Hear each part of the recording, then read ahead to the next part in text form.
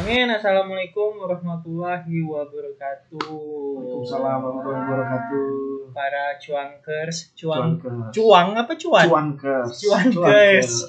Betul nggak? Kalau cuankers jadi kayaknya makanan. Cuankers. Cuankers. Sekarang udah ke video yang keempat atau yang kelima ya, Pak Iman? Antara 4 atau 5. Dan kenapa Bapak lagi? Karena ternyata bintang tamu satu lagi sakit. Lagi sakit ya. Si Ina lagi nggak enak badan ya. Kita doain cepat sembuh. Semoga sembuh, semoga sakit biasa atau semoga dapat anugerah. Amin ya, semoga amin. Yang ditunggu. Masih deg-degan ya, masih deg-degan sekarang. Mudah-mudahan lah ya. Nah, kalau saya deg-degan sama Pak Iman. Kenapa itu? Karena sekarang ini kayaknya udah rada berat pembahasannya. Kalau di kuliah ini udah 4 SKS ini mata kuliahnya. Saya dapat profesor loh. 4 SKS membahas tentang reksadana. Reksadana. Dan saya jujur awam sekali, Mas. Pak Iman. Biar mudah kan bahasnya. Pak Iman tentang reksadana ya. Oke, reksadana gimana? Reksadana apa? Itu apa sih reksadana itu sebenarnya? Jadi reksadana itu kalau kita bahas definisi secara formal, Mm-hmm. ya kan sebenarnya saya lupa definisi secara formal, tapi intinya reksadana ini adalah suatu instrumen ya, yang dikumpulkan dan dikelola oleh manajer investasi yang nanti dialokasikan ke instrumen bersifat efek atau ke surat berharga. Oh. Instrumennya itu apa ya? Nah, instrumennya itu bisa jadi ke saham, ke obligasi, deposito, semua instrumen keuangan ya, kecuali kalau nggak salah valutasi nggak masuk sih. Oh. Jadi yang kayak obligasi, surat utang, jangka pendek, jangka menengah, terus saham, terus deposito, jangka pendek, jangka menengah, nanti istilahnya dikocok-kocok di situ gitu. Jangan kocok-kocok lah ya. Jadi dia apa? Jadi digoreng lah, digoreng di situ gitu. Oke, itu kalau dalam bahasa yang kompleks ya. Nah, ada nggak bahasa yang lebih sederhana? Biar teman-teman nanti kan tahu, oh ini reksadana rupanya ini. Si sederhananya. Mungkin contoh kali ya, boleh contoh aja. Jadi mungkin reksadana tuh di tempatnya kayak gado-gado. Jadi kalau kita mau masak gado-gado kan kadang-kadang ada lontongnya, ada sayurnya, ada bumbu kacangnya, ada cabenya. Jadilah yang namanya gado-gado. Nah, gitu juga reksadana. Jadi masukin saham dikit, masukin obligasi dikit, masukin deposito dikit, jadilah gado-gado Pak Ame. Tapi kalau misalnya cabenya 5, gado-gado Pak Rahman. Kalau misalnya manis, misalnya gado-gado Bu Ina gitu. Nah, kira-kira gitulah. Tapi itu untuk per orang ya atau gimana? Untuk per orang. Jadi semuanya udah dicampur itu untuk per orang. Udah dicampur, orang bisa beli. Jadi misalnya kayak gerobaknya yang jualan Pak Serame nih kan. Oh iya. Ini reksadana lagi gado-gado ya, gado-gado Pak Ame. Nah, itu orang kan bisa beli tuh gado-gado Pak Ame sampai habis. Tapi apakah di saat yang campuran itu tuh kita harus tahu juga nggak? Atau kita cukup tahu ini gado-gado? Nah, kita harus tahu juga isinya apa. Gitu maksudnya. Komposisinya kalau kita beli makanan misalnya, kita harus tahu ini gado-gado apanya aja sih yang banyak. Misalnya gado-gadonya sayur doang. Emang katanya kambing makan sayur doang gitu kan? Enggak sih, ya vegetarian enggak kambing. Maaf ya gitu ya. Enggak maksud menghina. Disclaimer dulu nih, nanti takutnya salah. Atau misalnya banyaknya lontongnya doang atau banyaknya bumbunya doang gitu. Nah, kira-kira kayak gitu juga nanti di reksadana. Jadi kita harus tahu dulu. Kita harus tahu, benar. Jadi misalnya saya suka gado-gado yang kuah kacangnya banyak. Oh, ternyata yang kuah kacangnya banyak gado-gado Bu Ina. Oh, gitu. Berarti belinya yang punya Bu Ina. Atau mau yang sayurnya banyak. Oh, ternyata yang di Serame. Atau yang dagingnya banyak. Loh, kok ada daging di gado-gado ya? Misalnya gitu kan. Tempat saya, jadi belinya di saya gitu. Jadi kita harus tahu dulu isinya kita mau apa. Mau apa nih? Tapi sewaktu-waktu isi itu bisa yang masak ganti. Gimana? Jadi misalnya tadinya Serame kacangnya banyak nih, nggak pedas. Sekarang jadinya kacangnya sedikit tapi pedas. Bisa dirubah tergantung situasi pasar seperti apa. Jadi misalnya tadi pakai kacang, saya kurang paham juga sih tentang kacang. Misalnya pakai kacang yang warna merah tadinya, ternyata kacang warna merah tuh lagi nggak bagus nih di pasar. Jadi kacang merah tukar nih sama kacang yang warna lain. Yang oranye. Kacang oranye bisa kayak gitu. Bisa kayak gitu. Dengan gado-gadonya tetap gado-gadonya tetap gado-gado Pak Ame. Nah, tapi kokinya yang ganti, yang menikmati makan kan tinggal pesan aja. Gitu. Bukan koki bumbu ya? Bukan koki, ya mungkin ngeracik atau bumbunya lah ya. Bumbunya. Ada orangnya, ada orang yang lakukan yang namanya manajer investasi tadi. Itu manajer investasi, jadi dia bakalan ngurusin macam-macam reksadana. Satu perusahaan kayak misalnya Pak Ame nih punya rumah makan jadinya kan. Isinya gado-gado tuh macam-macam, ada orangnya lagi nanti yang handle. Jadi misalnya yang tadi bumbunya banyak, ada yang lontongnya banyak, gitu. Nah itu ada lagi yang handle. Biasanya sih tim ya. Jadi untuk satu orang dihandle oleh bermacam-macam Nah, tim. satu nasabah itu yang handle macam-macam tim, yang namanya manajer investasi tadi. Oh, iya. Jadi mereka yang ibaratnya kita tuh nggak terlalu repot kayak misalnya rame langsung instrumennya saham nih, langsung investasi ke saham. Kita harus pantau secara fundamental, secara teknikal, ya kan harus pantau. Nah kalau reksadana itu kita nggak terlalu pantau isinya. Kita tinggal lihat nanti hasil akhirnya aja. Apakah ini agak kehangusan, apakah ini pas rasanya gitu. Oh, tapi kalau di reksadana itu apakah ada kemungkinan rugi? Ada. Semua itu pasti ada. Ya, tapi kan ruginya maksudnya nggak rugi semua ya kan, karena kan di dalamnya bermacam-macam. Oh itu baru nangkap saya. Itu lagi bedanya tuh. Jadi kalau kita main saham nih satu instrumen misalnya, udah hancur, ya udah habis nih. Temen saya itu hancur ya. Nah, itu. Ya Wik, apa kabar? Semoga kamu nonton di DP Mandepa. Linknya dikasih. Itu dia hancur puluhan juta, curhat dia itu ya Wik. Nah, ini mungkin perlu konsultasi juga ke cuanku. Itu. Portofolio investasinya berapa harusnya, jangan semua. Betul. Jangan lupa ya Wik, lihat di tonton video ini ya. Jadi lanjut Pak. Nah, jadi kalau misalnya kayak tadi reksadana, misalnya ada satu instrumen saham yang kurang perform, istilahnya itu bisa ditukar. Bisa menopang juga. Bisa nopang yang lain juga. Jadi ada penyangganya. Biasanya nanti ada namanya fund fact sheet. Itu apa? Nah, fund fact sheet ini apa bahasa Indonesianya? Kayak sejenis selembar kertas isinya fakta tentang kinerjanya selama sebulan. Biasanya terbitkan setiap bulan. Kinerjanya si reksadana.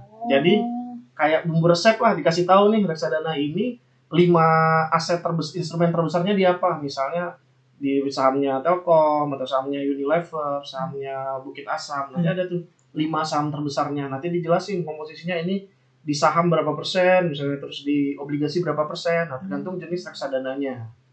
Gitu. Nah, reksadana ada 4 tuh pada umumnya ya jenisnya. Reksadana pasar uang, ini yang resikonya paling kecil. Rata-rata instrumennya itu instrumen investasi yang di bawah 3 tahun, 1 sampai 3 tahun nih. Terus ada reksadana pendapatan tetap. Nah, biasanya itu dari mulai deposito sama obligasi juga bisa tuh jadi instrumen. Yang dia tetap jangka pendek tapi udah mulai ada nih item-item yang lebih ngeri lagi dibandingkan sekedar deposito sama obligasi gitu kan. Terus yang ketiga ada reksadana campuran. Itu udah 50-50 antara yang saham sama yang obligasi atau mungkin deposito ya. Artinya yang resikonya juga lumayan tinggi, udah mulai masuk di sini nih. Oh, di sana. Nah, terakhir itu ada reksadana saham. Ini resikonya juga katanya paling tinggi, tapi imbal hasilnya juga harusnya paling tinggi. Gitu. Ya kan? Nah, biasanya kalau di investasi reksadana saham, itu sahamnya sekitar 80% itu bukan sahamnya, reksadananya itu larinya ke saham sekitar 80%. Reksadana apa? Gimana? Reksadana saham. Itu jenisnya. Nah, kalau reksadana saham tadi jenisnya, instrumennya itu kebanyakan di saham 80%. Instrumennya macam-macam bahannya itu banyak di saham. Tapi naiknya 80%. Enggak, 80% dari satu portofolio itu saham semua. Porsinya. Iya betul. Ya, ibaratnya kalau di tadi gado-gado itu misalnya lontong semua 80%, sisanya sayur. Oh iya betul. Dan itu kemungkinan ruginya besar kayaknya. Kemungkinan rugi itu harusnya kalau kita main saham secara teori ya, karena kan kita bicara prinsipnya high risk high return atau high risk high expected return sebenarnya. Resikonya makin gede, imbal hasil yang diharapkan juga tinggi. Yang diharapkan karena belum tahu. Yang diharapkan, bukan yang didapatkan. Kalau yang pasti didapatkan enak. Investasi kan nggak yang pasti. Jadi kita bilangnya high risk high expected return. Jadi yang diharapkan. Diharapkan baliknya besar juga. Gitu. Tapi kenyataannya enggak. Kenyataannya ya sebenarnya besar juga. Tapi tergantung situasi nih. Oh iya betul. Jadi misalnya gini. Kita investasi sebelum masa pandemi. Itu kan dimana harga, kita bilangnya katalisnya biasanya IHSG ya, indeks harga saham gabungan. Lagi bagus-bagusnya nih, begitu pandemi kan market panik nih, pada jatuh. Nah kalau kita masuk sebelum pandemi, terus kita mau cairkan pas pandemi, pasti boncos semua, bocuan semua kita, nggak jadi cuan. Nah, kadang-kadang orang panik nih, rugi, padahal sebenarnya enggak, tunggu aja. Sabar aja, sekarang udah balik lagi pasti. Udah normal ya? Insya Allah udah normal, itu walaupun belum 100%, tapi sekarang pun IHSG itu sudah sempat sentuh all time high-nya, tertinggi sepanjang sejarah waktu itu. Nah saya lupa berapa, di 6.500 atau 6.600 waktu itu. Itu bahasa saham ya? Bahasa saham, 6.700 kalau nggak salah, tertinggi tuh sepanjang masa. Artinya apa?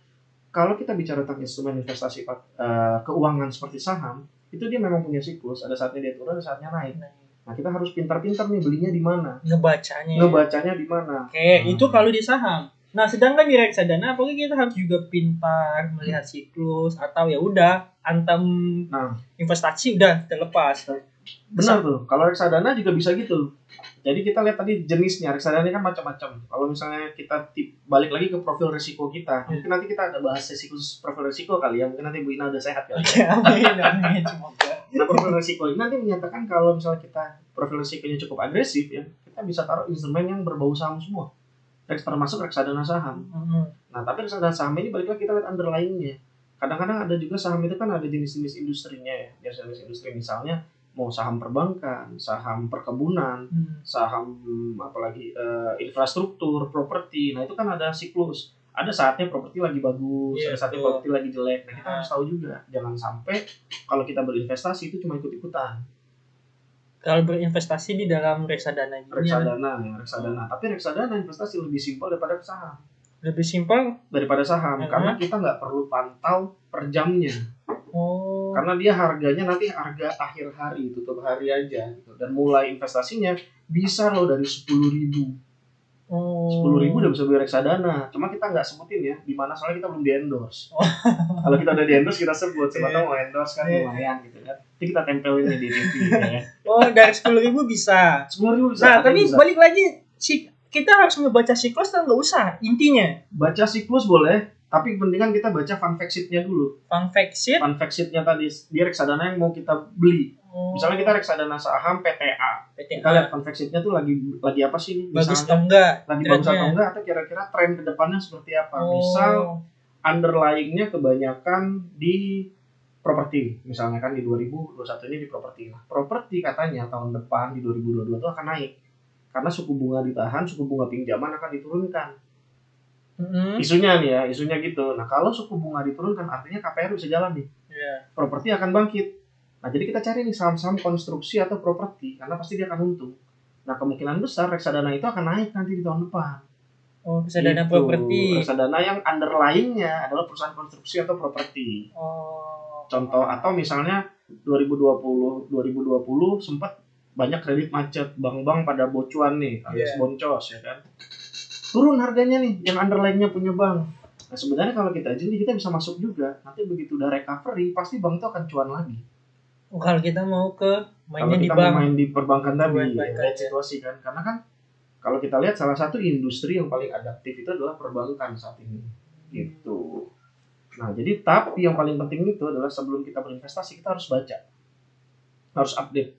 Informasi-informasi itu kita harus update. Jangan sampai misalnya saya udah investasi reksadana dari 10 tahun yang lalu misalnya, atau ya 10 tahun lalu cukup lah ya, harga mungkin masih murah, tiba-tiba serame mau ikut nih sekarang, ternyata besok ulang lagi nih gara-gara Omikron, jebol lagi nih pasar saham, terus serame ngomong, aduh saya ikut, kamu malah sesat nih gitu kan, malah nggak untung. Nah, masalahnya untung atau nggak ini kan relatif, tergantung timingnya kita masuknya kapan.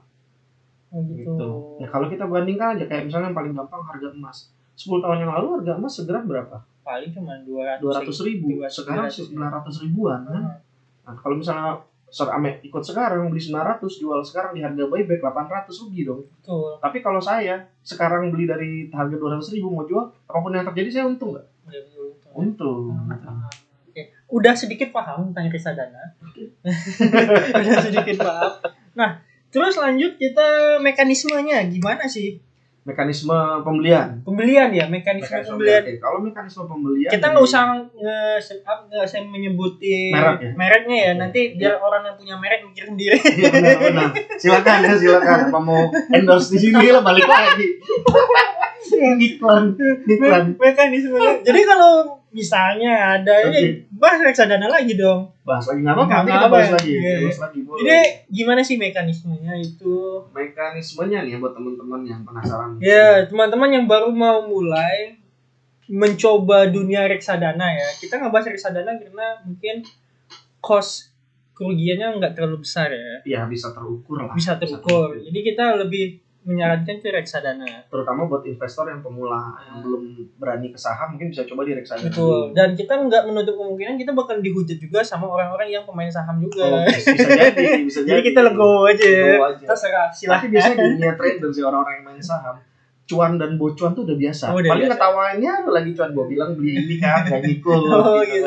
Oke, sekarang mekanismenya Pak. Mekanismenya itu kita bisa tadi ada aplikasi atau misalnya juga di industri jasa keuangan. Industri jasa keuangan. Itu misalnya di website itu misalnya di website kita lihat, ya udah kita sebut aja lah, ada bank lah tapi nggak sebut merek bank apa yang jual reksadana. Kita bisa bank juga menyediakan bank udah jual juga. Bank udah jual juga. Justru pertama kali itu kayaknya yang mempopulerkan salah satunya di bank ya, yang saya tahu ya. Tapi tolong dikoreksi sama teman-teman kalau saya salah. Karena ada juga manajer investasi yang jualan langsung, ada juga. Manajer investasi bank itu atau manajer investasi yang jual reksadana langsung, ada juga. Biasanya mereka di bawah Bursa Efek Indonesia biasanya. Gitu. Tapi itu bisa beli, Ada di bank juga bisa. Nah, jadi kita beli di bank biasanya ya pasti buka rekening ya. Buka rekening ya, dana minimal 100.000 biasanya. Nah, terus 100.000 ini kan minimal. Tapi kalau misalnya kita punya uang banyak, kita bisa langsung tembak juga nih. Saya mau beli langsung 20 miliar, boleh. Tapi nembaknya juga kan harus tahu siklusnya harus dulu ya. Atau misalnya sistemnya kayak cicilan, rutin. Setiap mau tiap bulan. Tiap bulan itu tiap hari lah ya. Tiap hari. 10.000. Biasanya kalau di banking atau di di manajer investasinya ya, tapi saya kurang update juga, mungkin ada yang bisa koreksi nanti. Itu bisa tiap bulanan dari set tanggalnya. Jadi kita tiap bulan akan beli misalnya sebesar 200.000 setiap tanggal 10. Jadi setiap tanggal 10 duit kita yang ada di situ akan didebet. Kayak payroll gaji gitu. Kayak payroll gaji gitu. Nanti kita langsung payroll gaji bukan payroll cicilan.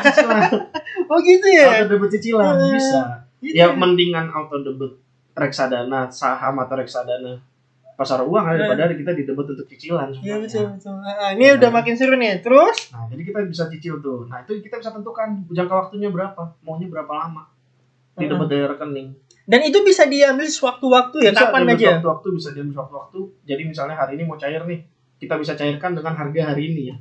Tapi mungkin masuk ke rekeningnya terakhir itu T+2 kalau saya nggak salah. 2 hari dari hari ini. Oke. Jadi ikutin harga penutupan kalau reksadana. Nah kalau saham itu kan ngikutin harga per jamnya. Kalau kita dapat ya jual. Nanti saham edisi khusus lah ya. Selain ini kita bahas reksadana. Jadi gitu. Ininya kondisinya atau tata caranya pertama ke bank. Kalau misalnya di bank ya. Dan bilang aja langsung saya mau daftar reksadana. Saya mau buka rekening reksadana atau saya mau rekening reksadana. Nanti banknya akan kasih tuh ada apa aja reksadananya. Nah, kita pilih. Nah, biasanya kita minta fund fact sheet yang paling simpel dibandingkan kita minta prospektus ya. Karena prospektus itu banyak sekali, tebel. Nanti pusing kita bacanya. Ya kan, mending fund fact sheet dulu lah. Paling nggak untuk filter awal data-data penting yang kita bisa lihat. Oh ini, nah biasanya ada perbandingan nih 5 tahun terakhir sejak awal diluncurkan sampai hari ini itu berapa persen. Ada yang minus misalnya, ada yang plus. Nah kadang kan orang lihat minus tuh berarti jelek kata orang. Belum tentu. Kalau kondisinya kayak pandemi kemarin, kalau kita bicara tentang reksadana saham, otomatis pasti akan minus. Gitu. Kemungkinan besar. Gitu. Oke, jadi udah ke bank nanti bakalan diurus, kita bakalan milih ya reksadana yang mana ya. Benar. Tuh, reksadana A, B, C itu nanti kita pilih dan itu bakalan menjadi untuk pertama kali kita awal membuka reksadana, paket yang kita pilih itulah yang kita bakal itu. Nah, terus di reksadana itu bisa di switching juga, Pak. Jadi misalnya tadi kalau di gado-gado beli gado-gado Pak Ame kan. Tengah-tengah jalan nih tiba-tiba udah 1 tahun atau 3 bulan kemudian kayaknya pengen gado-gadonya Pak Rahman, itu bisa pindah Pak, di switch Pak. Selama masih dalam satu manajer investasi. Oh gitu. Jadi kalau misalnya kira-kira pasar saham lagi jebol-jebol nih, ya udah pindah ke reksadana pasar uang dulu deh. Nanti kira-kira begitu jebol banget lagi, ya udah balikin lagi deh ke pasar saham karena bakal naik gitu. Bisa. Nah, terus kan misalnya kan tiap bulan itu kan dipotong. Dan itu tuh kan biasanya kan kalau orang awam ya, mohon maaf ya kalau saya salah, pasti orang kan lebih suka melihat nilai. Jadi apakah di saat di rekening itu ada nilainya juga? Ada, tetap ada. Jadi biasanya nanti kita bisa lihat nilai investasi. Jadi kalau kita bicara nilai investasi itu nilainya tidak bersifat pasti Pak. Yang bersifat pasti hanya pasti lah, gitu kayak nama teman saya pasti. Si gedung. Kalau lihat itu kita akan lihat unitnya yang bersifat pasti Pak. Unitnya itu artinya kita punya berapa banyak nih lembarannya istilahnya gitu. Tapi dalam bentuk unit kalau di reksadana bukan lembar. Nah unit ini misalnya punya 1000 unit. per unit harganya 1000 kali 1000 atau 1000 kali 1000 berarti 1 juta ya. 1 juta kan, berarti 1 juta. Nah bisa aja besok jadi 1.100.000 atau besok jadi 180.000. Tergantung harga unitnya, karena harga unitnya naik turun. Tapi satuan unitnya nggak berubah, tetap 1000. Tetap 1000 betul lah. Nah, jadi untungnya dari situ. Nah, nggak, yang jadi pertanyaan saya, nilai yang 1.100.000 atau adakah di rekening atau ada ya? Bisa lihat ya. Jadi kita bisa lihat nanti ada potential gain atau potential loss. Namanya potensi keuntungan dan potensi kerugian. Jadi kalau misalnya lagi turun, maka biasanya merah. Kalau lagi naik, warnanya hijau. Itu di aplikasi atau di buku rekeningnya kayak gitu? Kalau misalnya orang cek rekening kan, masuk satu-satu kalau gitu. Kalau dicek rekening dia nggak akan masuk di rekening. Dia belum kita withdraw kayak gitu ya. Dia punya ini sendiri, dia punya catatan laporannya sendiri di luar rekening. Jadi kita bisa bilang tuh off balance sheet gitu. Nah, atau biasanya di email tiap bulan nanti dari bank yang bersangkutan. Totalnya kita udah berapa gitu. Bisa lihat NAV-nya berapa. NAV itu net active value ya kalau bahasa Inggrisnya. Kalau bahasa Indonesianya NAV itu nilai aktiva bersih. Tiap bulan bakalan tiap bulan di email ya, tapi harga itu harian berubahnya. Jadi harga yang akan diterbitkan ke kita lewat email itu adalah harga bisa di akhir bulan. Harga di akhir bulan misalnya di akhir bulan tanggal 30 artinya harga di tanggal 30 ya. Tanggal 30 tapi tanggal 30 yang tidak hari libur. Jadi kalau misalnya tanggal 30 hari Minggu, berarti kita akan dikasih terakhir di bulan itu harga per tanggal 28. Penutupan harga tanggal 28. Oke, itu mekanismenya kalau kita mau beli reksadana. Reksadana di bank. Benar. Selain di bank di mana lagi dong? Aplikasi tadi udah banyak juga sekarang. Banyak ya, nggak usah ya kita kasih tahu nama aplikasinya. Nggak usah, nanti kalau di endorse kita sebutin. Jadi sistemnya kayak gitu juga. Sama. Kita harus top up uang artinya ya. Artinya top up. Jadi kita misalnya masuk aplikasi A misalnya, itu kita register. Terus kita pilih reksadananya, terus kita top up. Kita top up dulu biasanya. Rekening ada namanya RDN ya, rekening dana nasabah atau RDI, rekening dana investasi. Itu kurang lebih sama. Nanti kita akan dapat namanya SID, Single Investor ID. Jadi mau kita di bank mana atau aplikasi mana, SID itu tidak akan berubah. Ibaratnya kayak nomor KTP investor, SID. Nanti udah dapat SID, baru tuh kita bisa masuk tuh beli reksadana. Kita ngedaftarin dengan SID-nya ya? SID nanti kita dapat pertama kali daftar. Itu pasti dapat. Dimanapun kita daftar kita pasti dapat. Karena kan harusnya tuh ngelink sama KTP. Jadi kita buka lagi di tempat lain, SID-nya tetap sama. Tapi bukan Superman is dead. SID juga nih. Kayak gitu ya cara belinya ya. Jadi ada di aplikasi, ada di bank. Dan mekanismenya cuma kayak gitu. Simple kan? Simple ya, betul. Dan ini pertanyaannya apakah ada waktu yang tepat untuk kita menarikkan investasi kita atau biarin gitu aja? Ada. Kan kalau saya kan ada aplikasi yang saya upload, misalnya saya set and replace nama tekniknya ya. Saya desain bagus-bagus, terus saya sudah desain, saya upload ke internet dan saya replace. Saya biarin aja biar aplikasi itu yang terus bekerja tiap bulan. Bisa kayak gitu. Beberapa platform menyediakan, tapi ada juga yang enggak. Jadi kalau yang menyediakan misalnya nanti udah naik 10% otomatis jual. Bisa, atau turun 10% otomatis jual juga, cut loss bisa. Ada yang menyediakan aplikasi seperti itu, ada juga yang tidak. Jadi tergantung. Yang menentukan kita mau withdraw atau enggak itu kita sendiri. Dan kita harus juga tiap bulan lah ya minimal harus ngebaca situasi kita juga. Lihat, benar. Tapi biasanya kalau saya sendiri saya jarang lihat sih. Kalau yang di reksadana ya saya biarin aja. Jadi set and replace aja ya. Bodo amat lah, pokoknya ada duit masukin gitu. Cuma instrumennya udah dipilih yang mana. Nah, pertanyaan lagi. Kapan waktu yang tepat untuk nge-withdraw? Nggak mungkin ya kita bakalan ya udah biarin terus. Nge-withdraw kapan yang tepat? Itu balik lagi ke Serame. Lagi butuhnya buat apa? Kalau lagi nggak butuh ngapain di-withdraw? Biarin aja. Tapi kan nggak lucu ya. Kalau misalnya withdraw dalam artian gini, withdraw bukan untuk dipakai, tapi switching. Jadi withdraw kita tarik untuk pindahin ke instrumen yang lain.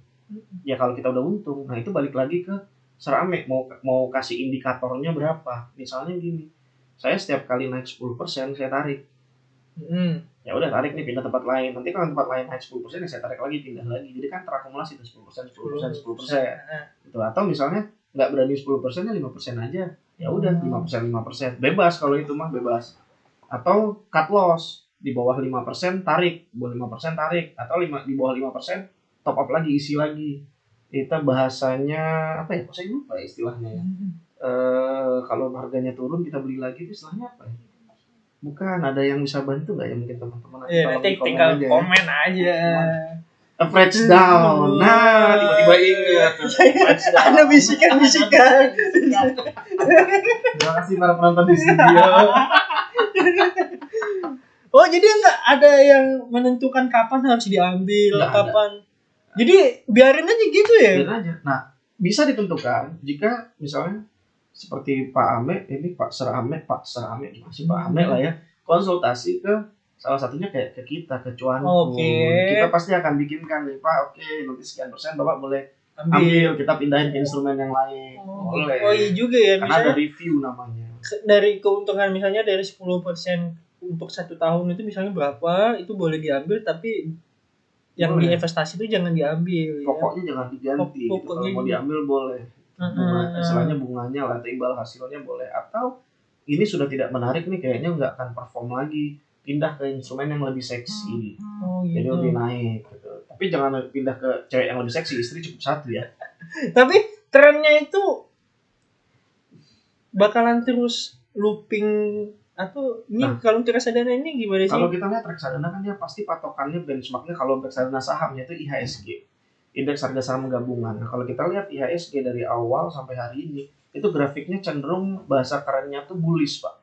Bullish itu gimana? Bullish itu artinya akan selalu naik. Bull itu kan dari sapi jantan kan pokoknya nyeruduk kayak naik. Tapi itu istilah resmi ya, istilah resmi itu bullish. Jadi kalau kita lihat kecenderungan dia bullish naik.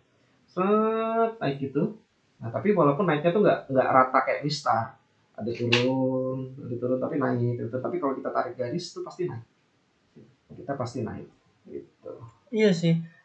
Mungkin kalau saya asal ngomong, tapi tolong dikoreksi Pak Iman. Setuju nggak kalau misalnya kan saya kan ada teman orang tua lah, dia bilang uang itu makin hari makin ke depan itu makin nggak ada harganya ya. Betul. Dalam artian jadi dia punya KPR nih, rumah. Di tahun 90-an itu 50 ribuan. Harga rumahnya. 50 ribu dulu mungkin 800 ribu atau sejuta ya. Betul. Tapi di akhir tahun 2000-an dia cuma membayar 50 ribu. Tuh tahu sendiri ya, 50 ribu ya kayak 50 ribu biasa. Gampang banget. Dan saya setuju kayaknya kalau reksadana ini nilainya sekarang 50 ribu, mungkin tahun depan tuh bisa lebih 500 ribu dia gitu ya. Betul nggak kayak gitu sistemnya? Karena kalau kita bicara reksadana kan yang kita beli adalah instrumennya Pak. Kita beli, sebenarnya yang kita beli itu saham dan juga obligasi dan lain-lain lah pokoknya kan. Jadi kalau misalnya nilai uang kita turun, itu nggak turun Pak. Betul, setuju. Nah sama kayak tadi misalnya beli aset, beli rumah. Nah tapi kalau beli rumah itu ada resiko turun juga Pak. Contoh misalnya tadi kita beli rumah gedongan nih di daerah elit misalnya, bagus, mahal nih kita beli, suatu hari itu kita jual nggak laku bisa Pak. Kenapa? Misalnya ternyata daerah itu daerah banjir Pak. Ya setuju kalau itu. Jadi hancur juga kan. Resiko pasti ada. Kita tidak bisa menghilangkan resiko, tapi kita bisa transfer. Nah bicara transfer resiko itu nanti sesi lain. Jangan di sini. Jangan di sini gitu Pak. Nah jadi kalau misalnya mau uang itu tidak dirampok nilainya, itu kita tetap harus berinvestasi Pak. Salah satunya yang paling gampang tadi reksadana. Karena kayak emas Pak, kilogramnya kan tidak akan berubah atau gramnya tidak akan berubah, tapi harganya berubah Pak. Terus naik ya kan. Misalnya tadi 1 gram 200 ribu, sekarang 900 ribuan. Nah reksadana juga gitu. Tadi misalnya nilai aktiva bersihnya cuma 500, paling rendah kalau nggak salah 1000. Besok bisa jadi 1500, bisa nggak jadi 1000 lagi, bisa belasan ribu. Jadi biar dari situ dibandingkan kita taruh duit 10 juta di bank misalnya, di tabungan lah, jangan di bank, di tabungan atau celengan ayam kalau babi haram. Enggak ya, kalau celengan enggak ya. Taruh di celengan. Nah itu 10 juta tetap bakal jadi 10 juta Pak. Tapi belum tentu bisa beli hal yang sama dengan 10 juta saat kita nabung. Sama kayak tadi rumah, 50 ribu mungkin saat itu berat bayarnya. Tapi sekarang kalau cicilan 50 ribu dapat rumah, saya juga mau Pak. Gampang ya jadinya ya? Gampang jadinya kan. Oke.